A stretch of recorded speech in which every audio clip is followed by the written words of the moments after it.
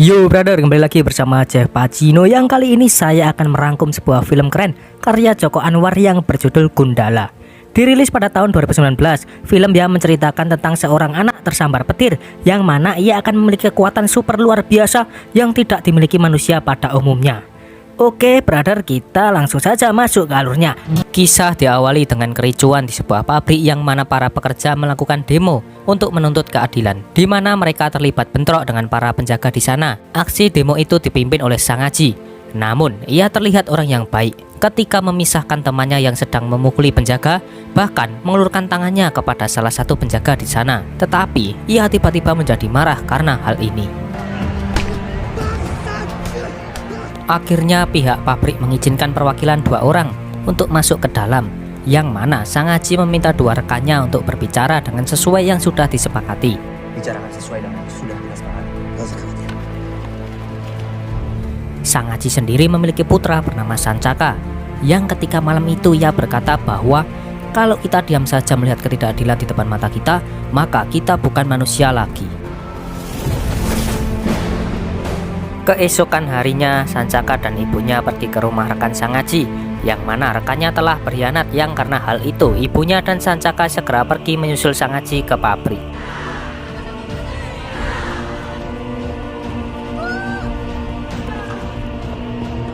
Karena sang ibu terjatuh, ia pun tetap menyuruh Sancaka untuk menemui ayahnya, yang ketika sampai di sana, Sang Haji sudah terlibat bentrok dengan para penjaga dan kena tusuk oleh rekannya yang telah berkhianat.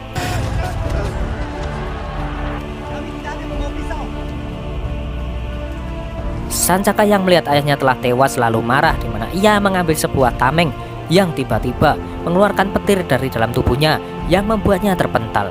Dan saat 3 orang mencoba mendekatinya, inilah yang terjadi. Setahun telah berlalu, di mana kini sang ibu harus bekerja keluar kota yang mengharuskannya menginap 1 hari, dan hal itu membuat Sancaka menjadi sedih. 5 hari sudah, ternyata sang ibu tak kunjung pulang, di mana Sancaka yang kelaparan harus terpaksa turun ke jalanan untuk mencari sesuap nasi. Pada akhirnya Sancaka harus mencari seorang pengamen yang saat itu ia sedang dikejar oleh beberapa anak jalanan lain, di mana ia dikeroyok, bahkan telinganya digores, yang ketika saat akan dipukul pakai balok kayu, tiba-tiba muncul anak misterius yang menolongnya. Anak ini bernama Awang, yang ternyata sangat ahli dalam bela diri, dan juga ia masih memiliki hati nurani yang punya rasa peduli.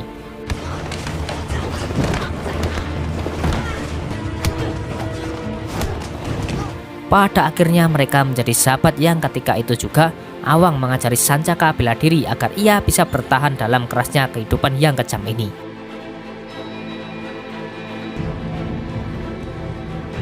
Pada suatu malam saat mereka mengejar sebuah kereta, Sancaka harus terpisah dengan Awang yang satu-satunya orang peduli dengannya, sehingga ia harus kembali hidup sendirian.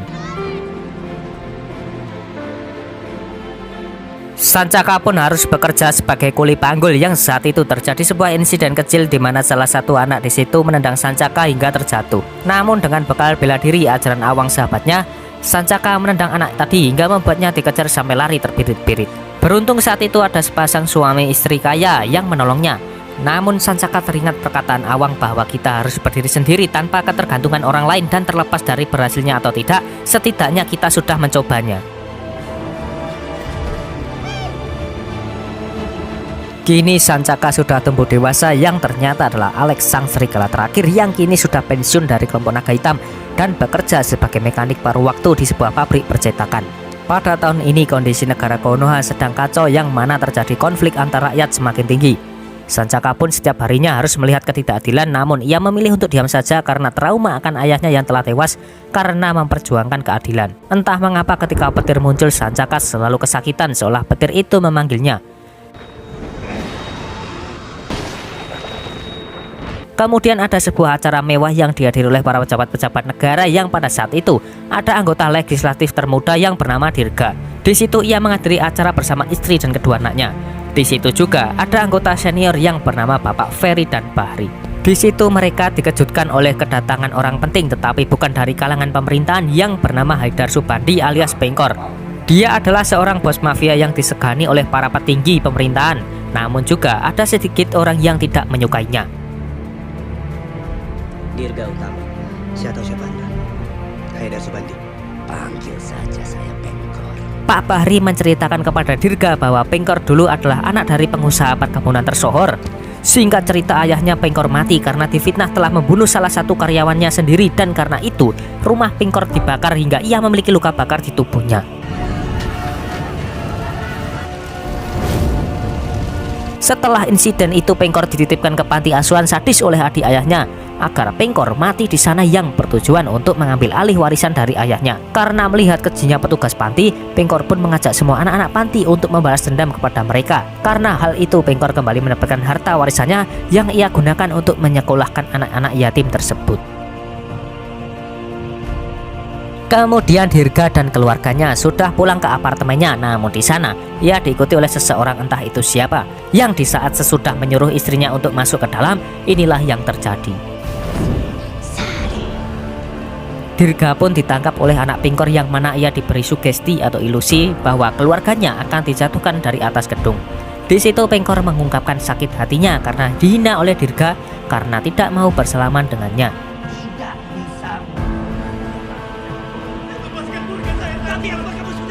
Tak lama kemudian anak dan istri ilusinya pun terjatuh, di mana Dirga lari untuk menyelamatkannya, yang alhasil ia pun tewas karena melompat dari atas apartemen. Dia menerima kesalahan. Scene berpindah di mana ada seseorang yang dikejar warga karena mencopet. Di situ Sancaka sengaja membiarkannya, namun si bapak yang bernama Agung justru menolongnya, di mana ia berkata bahwa tak ada gunanya hidup bila memikirkan untuk dirinya sendiri. Perkataan itu membuat Sancaka teringat akan mendiang ayahnya. Keesokan harinya Sancaka mendengar keributan di tetangga kosnya yang memutuskan untuk bertindak dengan mengajar kedua preman tersebut.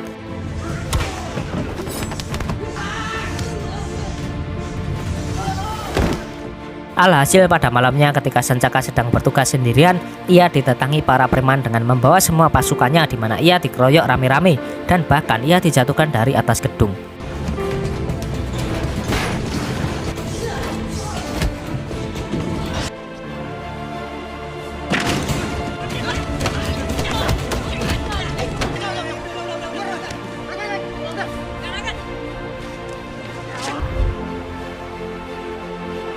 Di saat ia pingsan, tiba-tiba muncul hujan disertai petir yang menyambar tubuhnya.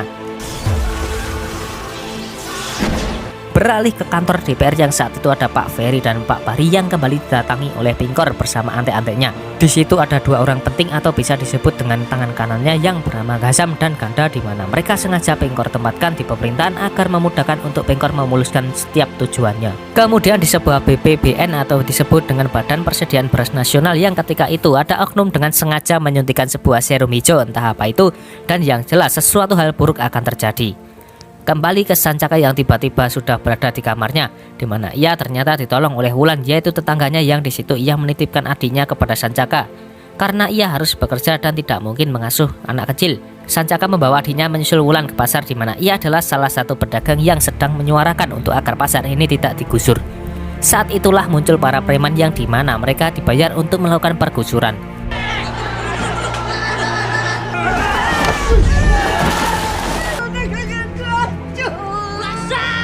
Di saat itu Sancaka lagi-lagi harus berhadapan dengan para preman-preman ini. Setelah terkena petir kemarin, Sancaka kini memiliki kekuatan di luar nalar yang tidak dimiliki manusia biasa, di mana ia memperoleh kecepatan, daya tahan, dan stamina yang bertambah. Tiba di pabrik, Pak Agung pun tak percaya bahwa Sancaka melawan 30 orang preman sendirian. Namun ketika Wulan dan para pedagang lainnya datang untuk kembali meminta bantuannya, Pak Agung pun akhirnya percaya jika Sancaka benar-benar melakukan hal tersebut.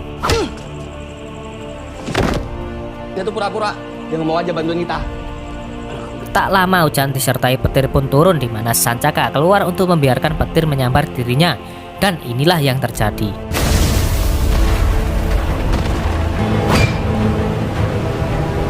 Bersamaan dengan itu kita diperlihatkan dari dampak beras yang diakibatkan oleh serum hijau tadi, yang mana korbannya adalah para ibu hamil. Yang ketika para ahli mengungkapkan bahwa serum itu adalah serum amoral yang berdampak bahwa setiap ibu hamil yang mengonsumsi beras terkontaminasi oleh serum itu, maka anak yang terlahir akan menjadi tidak bermoral. kembali ke pasar yang tiba-tiba sudah dilalap si jago merah yang entah siapa pelakunya, yang ketika itu Wulan bercerita bahwa ada anggota pemerintah bernama Ganda, yaitu anak buah Pengkor, yang sengaja menyewa preman untuk bisa mengusir pedagang agar ia bisa menguasai tempat ini. Pada malamnya Sancaka pergi untuk menghentikan para preman yang membuat kerusuhan, dan saat ia berkelahi, di situ ada orang misterius yang mengambil darah Sancaka entah untuk tujuan apa. Di saat Sancaka kembali tersambar petir dan ia mengalami kesakitan pada telinganya, ia memiliki ide brilian di mana ia membutuhkan suatu benda yang bersifat konduktor untuk menghantarkan listrik agar supaya petir tidak langsung menyambarnya. Dibantu Pak Agung, Sancaka pun membuat semacam alat yang ia temukan di sekitar, yang dimulai di sini Sancaka akan berubah menjadi pahlawan super membela orang-orang yang tersakiti.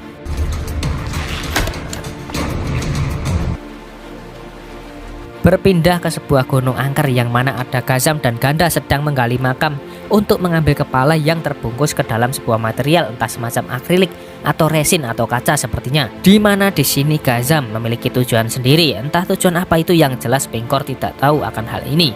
Di apartemennya Pak Fahri sendiri sangat heran dengan orang yang berhasil mengajar preman sendirian. Di mana Pak Fahri sepertinya tertarik dengan sosok pria bertopeng ini yang mungkin bisa mengatasi masalah pada negeri ini. Dan saat itu ia menyuruh bawahannya untuk mencari tahu siapa pria bertopeng tersebut. Kita harus cari tahu siapa dia. Kita mungkin butuh bantuannya. Baik, Pak. Kembali ke Sancaka yang sedang makan bersama Wulan, yang tiba-tiba muncul preman yang mengaku bahwa bukan mereka pelaku pembakaran pasar, melainkan orang lain, yang dimana salah satu preman melihat bahwa ternyata pelaku adalah seorang pemain biola. Karena hal itu Sancaka pun pergi untuk mencari tahu, yang ketika ia mendapati pemain biola itu, inilah yang terjadi. Kenapa lo bakar pasar? Ya, ternyata pemain biola itu bukan orang sembarangan yang di situ sempat membuat Sancaka kewalahan. Namun tiba-tiba ternyata pemain biola itu adalah anaknya Pengkor, yang ketika tahu anaknya telah tewas, Pengkor pun menjadi murka. Hingga Pengkor yang tak sabar segera mengabari semua anak-anaknya, yang bisa kita lihat bahwa setiap anaknya memiliki kemampuan khusus sebagai seorang pembunuh.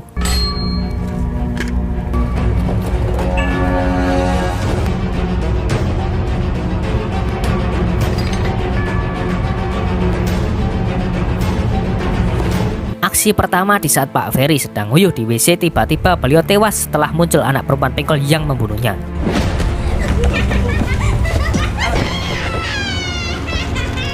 Target kedua ialah Bapak Fahri yang kecegat palang pintu kereta di mana mobilnya diserang oleh para penjahat keroco. Namun tiba-tiba muncul penari topeng yang ketika semua ajudan Pak Fahri sudah kalah, Sancaka pun muncul dengan menggunakan topeng yang membuat penari topeng itu kabur entah kemana.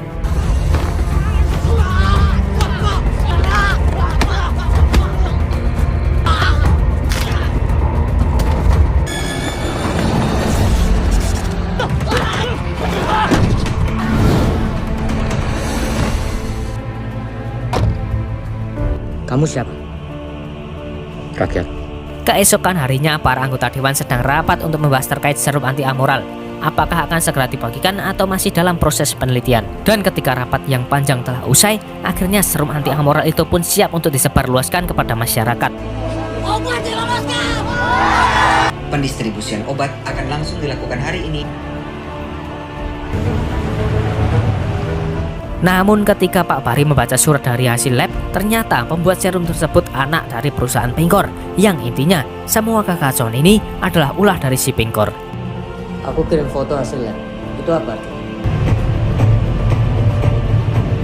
Produksi serum anti serum amoral itu, Pak. Siapa?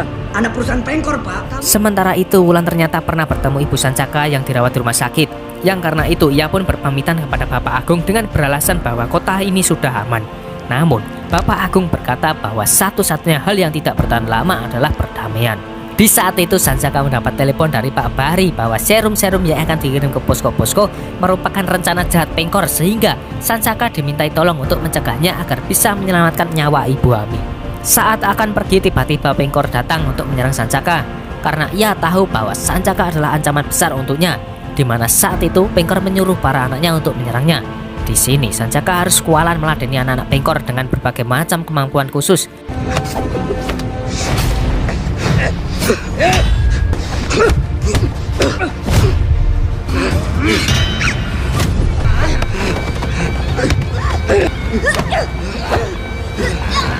Di saat itu juga Pak Agung, Wulan, dan adiknya telah disandra oleh Pengkor yang mana di sini ketiganya akan dibunuh. Tiba-tiba